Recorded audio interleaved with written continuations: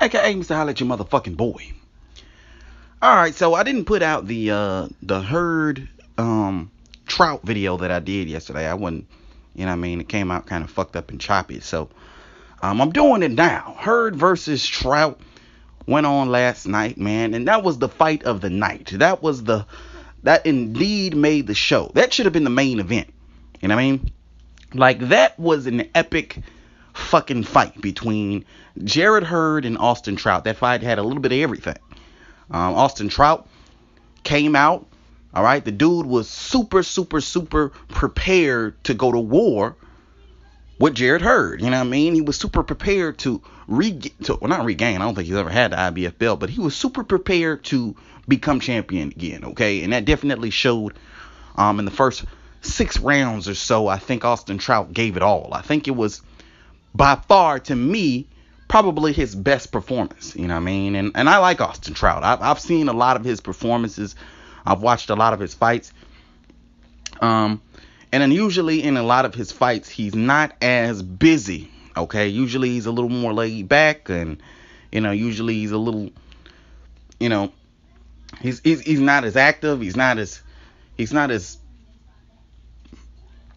as much conviction in his punches. You know what I mean? He doesn't really commit to them like he should. But in this fight, it looked like he was kind of throwing those punches, and he was committed to them. Okay, he was placing his shots real well. He was they weren't pity patty punches. He was kind of putting his body into those punches, which, like I mentioned, he hadn't really done so much in the past. So he looked really good in the first part of this fight. You know what I mean? And, like I mentioned, this was an epic fight. You know what I mean? Because Jarrett Hurd wasn't sitting there. He wasn't just taking punishment. He was fighting back. He would have his moments where he would back Austin Trout up. As a matter of fact, the story of this fight was Jarrett Hurd kind of walking through those punches and kind of backing Trout up and kind of doing his thing in little spots. But he wasn't, in the first half of the fight, he really wasn't able to catch up to Trout. He would hit him with shots here and there, and the shots that he would hit him with, by the way, were devastating. But for the most part, it was Trout kind of really active with the numbers of punches that he was throwing, and Trout really landing the cleaner, harder shots altogether for the first part of the fight. Okay, and then we get to like round 7. Okay.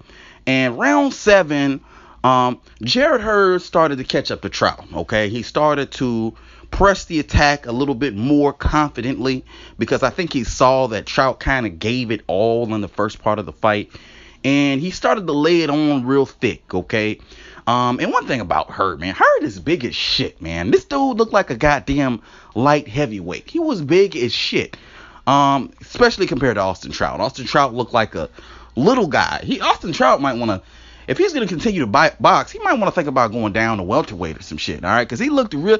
Those 154 pounders are just getting bigger and bigger and bigger.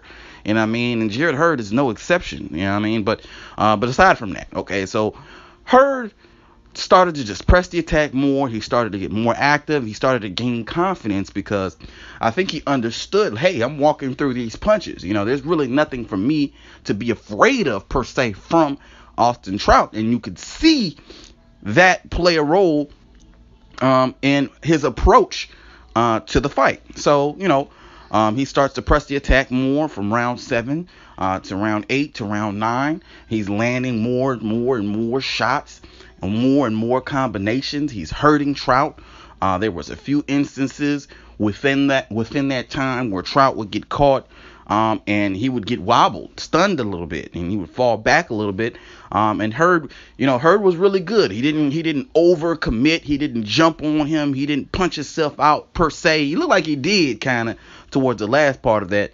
But he was pretty composed. You know what I mean? And he hurt Trout a few times until finally, I believe it was round 11? It might have been I think it was like round 11, round 10, round 11. Hurd catches Trout. He catches them with a nice shot. I don't know and remember exactly what shot it was that caught him. And Austin Trout falls back into the corner. Actually, I'm sorry. You know what? What the fuck am I talking about? He catches Trout really good, and then they go into the corner. And Austin Trout, his eye was fucked up, and both eyes were fucked up, and he just kind of looked done, and confidence taken all the way out of him. And they say that the referee or the doctor stopped the fight. The doctor didn't stop the fight. The coach stopped the fight. Okay, the guy Louis Burke or something, I think his name is. He stopped the fight. He told the doctor that, you know, he was done. You know what I mean? And then the doctor kind of told the referee that he was done. So, I think they reported it like the doctor stopped the fight. Like, no, that wasn't the situation. It was actually Austin Trout's coach that stopped the fight. You know what I mean? He's been working with the dude for many years. I'm sure he knows his fighter and knows when his fighter had enough. So Trout was stopped, and I believe the 11th round, and you know, Jarrett Hurd retains his IBF junior middleweight title. You know what I mean? And it was a really good win for him. You know what I mean? Austin Trout was a really big step up for him. You know what I mean? Up until now, Jarrett Hurd hasn't really fought anyone of note. And he gets a really good win against someone like Austin Trout. And this wasn't a slouch Austin Trout. This wasn't an underprepared Austin Trout. I think this was the best version of Austin Trout, like I mentioned earlier in the video. And you know, it was, you know, it made for an epic fight. Like I mentioned, this should have been the main event. This should have been the fight that motherfuckers watched. You know what I mean? I really don't understand why Lara was the last fight. I mean, Lara fighting, I don't know who the fuck that was. Or who was that? It really should have been Lara and whoever should have been the first fight. Okay? That should have been the first fight. Trout versus Jarrett Hurd should have at the very least been the second fight. You know what I mean? And then Charlo versus Lubin should have been the third fight.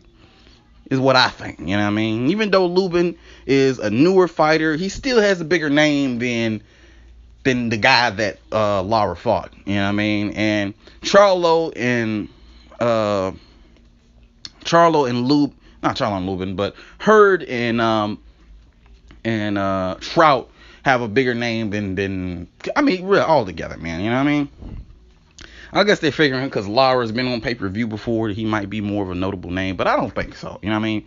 Maybe not. I don't know. I don't want to get in all that bullshit. But yeah, I think that should have been the order of the fights. But anyway, overall, I think this was a really good fight. I think this was a good experience for Jarrett Hurd. I think going forward, Jarrett Hurd will be a better fighter, and he'll be that much more prepared for when he steps in the ring with someone like Jermell Charlo or Demetrius Andrade or Erislandy Lara. Now, do I think that he would beat any of those guys? No. And the reason why I'm going to say no is, in this fight, Jarrett Hurd kind of showed his limitations technically. Trout was doing little things in there in the first part of the fight that really threw Hurd for a loop. Okay, he would slide into his right. He was throwing a jab. He was keeping him at a distance. When Trout was looking good, he was looking real good. You know what I mean? And that really shows. That's really telling, you know what I mean? Because if you're in there with somebody like a Charlo, he's going to be doing the same things Trout's going to be doing, but his punches are really going to hurt. His punches are really going to have his full body behind him. He's going to be really looking to take your head off. You know what I mean? As for Trout, he's really lacking in the power department, so you're more inclined to walk through his punches. You're not going to be walking through Jermell Charlo's punches like that. You're not going to be walking through Erislandy Lara's punches like that. You know what I mean? So I think in the skill department, Jarrett Hurd will end up being outmatched. But you know what? I don't think it's going to be an easy fight. I don't think it'll be an easy fight for Charlo. I don't think it'll be an easy fight for Lara or Andrade or anyone at 154, because Jarrett Hurd has proved that he's a warrior. You know what I mean? He's willing to go deep. He's willing to go into the trenches, you know what I mean, and fight it the fuck all the way out if necessary. And you know what I mean? But I don't see that strategy working against any of those guys, because technically speaking, they can not only box, they can go to war, they have the power to hurt you. You know what I mean? Trout's not very famous for his power. He was getting hit a lot against Austin Trout. You know what I mean? But I don't want to take too much away from the guy's win. This was a good win for Jarrett Hurd. He retains his IBF championship of the world in what was an epic fight for the boxing fans. You know what I mean? Let me know what you guys think. Hit it up in the comment section below. You can also hit me up on Twitter, Box capital X or capital X Die. You can hit me up on Facebook, Box -sign Die. Like the video, subscribe, all that bullshit. But until next time, it's your buddy Dynamite signing out. Holla at your motherfucking boy.